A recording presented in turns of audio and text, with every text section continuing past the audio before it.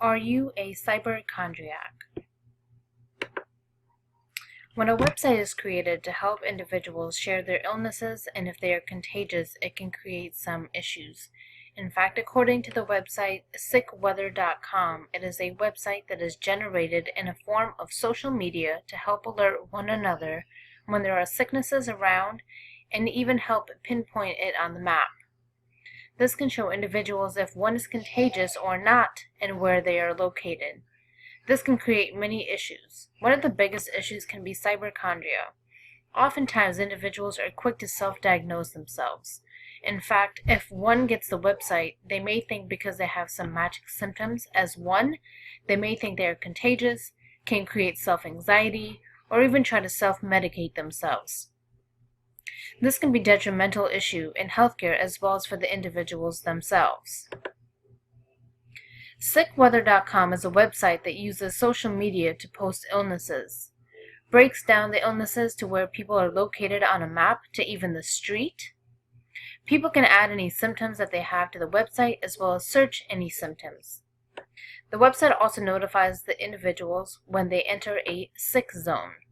Therefore, if somebody is contagious or sick, it'll pop up on the map and show exactly where these people are located at.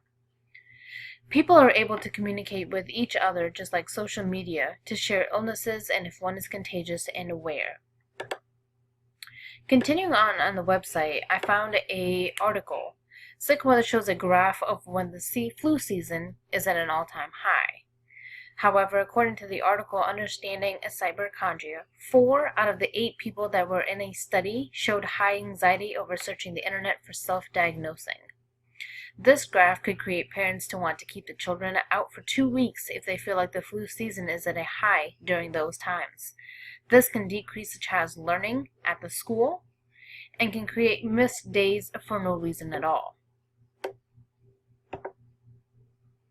Some of the threats to existing healthcare organizations. According to Vahan and Babin, individuals searching the internet for health-related information is the third activity on the internet. This can create miscommunication between the individuals and diagnosis.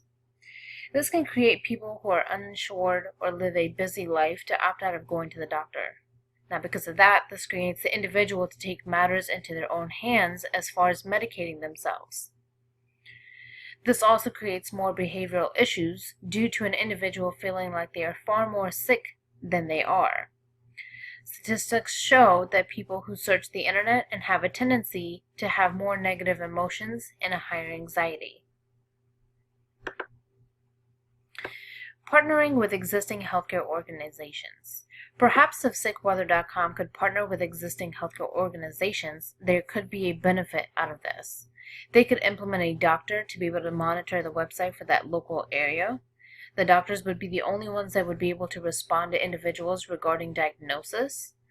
This could also maybe help the individuals feel more comfortable with being able to communicate with a doctor and eventually get them some help.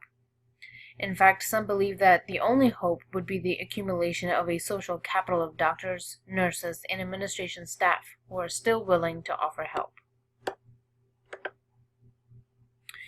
In conclusion, cyberchondria is more common than most people think.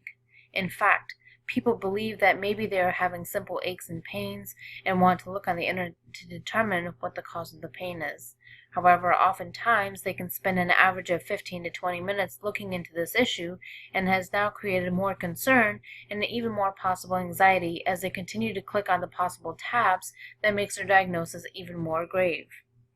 The issue with this is it minimizes chair time with the actual doctor. This is where the patient could get diagnosed accurately and get treated appropriately. Blogs and social media are nice to have to gather information, however it can be detrimental when it comes to one's health and one decides to listen to another individual who is not a doctor. Perhaps if there is a medical doctor who can control one of these websites and provide useful information, this can possibly get the individual to listen to the doctor and get the proper care that they need.